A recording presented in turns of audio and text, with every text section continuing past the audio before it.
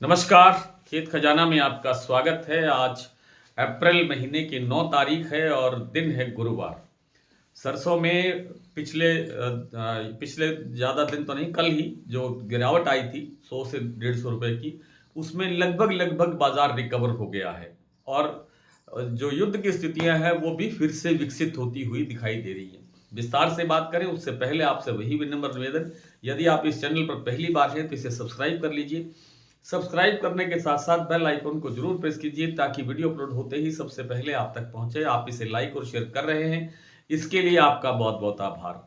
अभी सरसों में ज्यादा घटबट का एक दौर चलता रहेगा। बाजार दिन में कई बार बढ़ेगा, कई बार घटेगा। ये स्थितियां निरंतर चलेंगी और इसलिए आपसे निवेदन है कि आप डेली बुलेटिन की सदस्यता लेकर के अपने आप को अपडेट रखने का प्रयास कीजिए।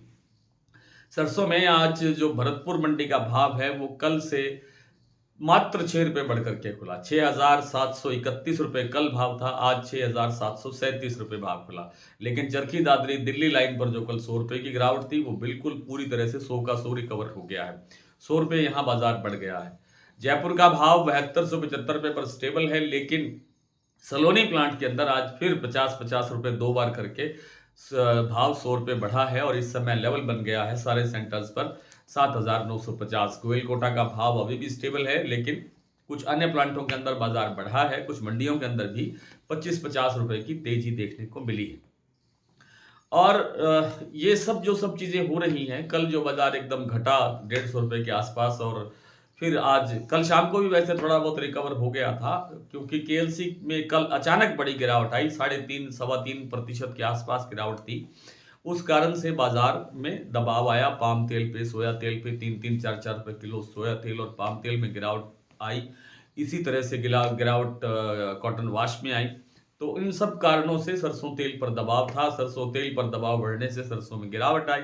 लेकिन आज क्रूड में फिर तेजी आ गई है। कहा यह जा रहा है कि ईरान ने जो युद्ध विराम के जो कोई शर्तें हैं उनको मानने से इनकार कर दिया है, यानी युद्ध विराम को ही मानने से इनकार कर दिया है। सीज फायर को वो कहा यह जा रहा है, मैं अथॉन्टिक बात नहीं कर रहा हूँ। मुझे जैसे जैसे सूचनाएं जानकारियां मिल रही हैं उसके अनुसार बाजार में अभी ये चर्चा है कि ईरान ने युद्ध जो समाप्ति की जो घोषणाएं हैं उनको मानने से इनकार कर दिया।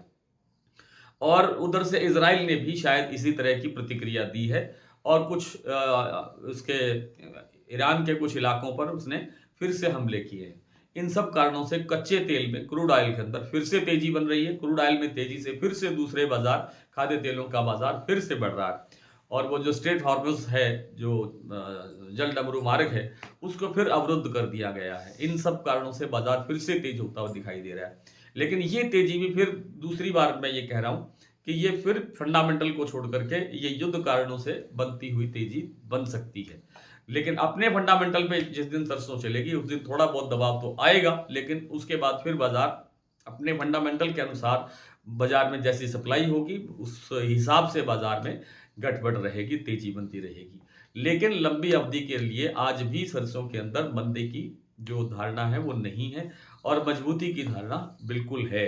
तो सरसों की स्थिति आज की मैं आपको फिर मंडियों के भाव की दृष्टि से फिर आपसे विस्तार से बात कर लें। भरतपुर 6,737 रुपए खुला।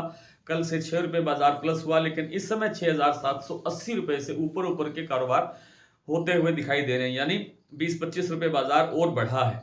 जयपुर का भाव शायद 7300 के आसपास पहुंच गया है। सुबह 7275 खुला था।